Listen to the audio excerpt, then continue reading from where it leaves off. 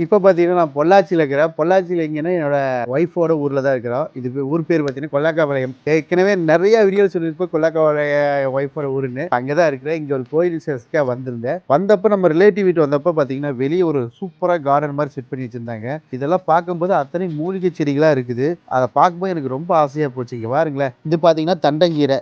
உடம்புக்கு ரொம்ப நல்லது இது சமைச்சா. அது பக்கத்திலேயே பாருங்க வெத்தலை கொடி. இதே பாருங்க எவ்வளோ பெரிய வெத்தலை. இந்த வெத்தலைய பறிச்சுருவோம். அடடடா! எவ்வளோ ஃப்ரெஷ்ஷான வெத்தலை. எவ்வளோ ஃப்ரெஷ்ஷா வெத்தலைய நான் பார்த்ததே கிடையாது. ம். சூப்பரா இருக்குங்க வெத்தலை கொடி. அது பக்கத்திலே பாருங்க. துளசி. துளசி செடி. மூலிகை செடி இப்படி அடுக்கிட்டே போறாங்க. முல்லைப்பூ செடி. அப்படியே பூ பாருங்க. பார்க்கறதுக்கே அதே அற்புதமா இருக்குது. அதே மாரி அப்படியே உள்ள வந்தோம்னா, தோட்டத்துக்குள்ள கால் வச்சுருவோம். தோட்டத்துக்குள்ள பூந்தோம்னா இங்க பாருங்க மணத்தக்காளி.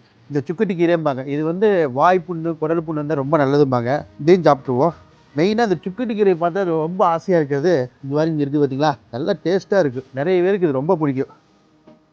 அதே மாரி பார்த்தீங்கன்னா, இங்க இருக்குது பாருங்க. கற்பூரவள்ளி. ஒரு மூலிகை தோட்டமே வச்சிருக்காங்க. இது சளி, இருமல், தும்மல், ஃபீவருக்கெல்லாம் கேட்கும். வாஷ் பண்ணிட்டு சாப்பிடணும். ஆனா இங்க டெய்லி தண்ணி ஊத்தி எல்லாம் வாஷ் பண்ணிடுறாங்க. அத தொடச்சு போட்டு சாப்பிடுவோம். அடடா! ஸோ டேஸ்ட் எப்படின்னா கொஞ்சம் முறுக்கு சாப்பிட்ட மாரியே இருக்கும். ஆனா இதெல்லாம் டெய்லியும் ஒவ்வொரு இலைய டெய்லி பிச்சு சாப்பிட்டோம்னா உடம்புக்கு ரொம்ப ஆரோக்கியங்க. இப்ப நான் நிக்கிறதே ஒரு மூலிகை தோட்டம்.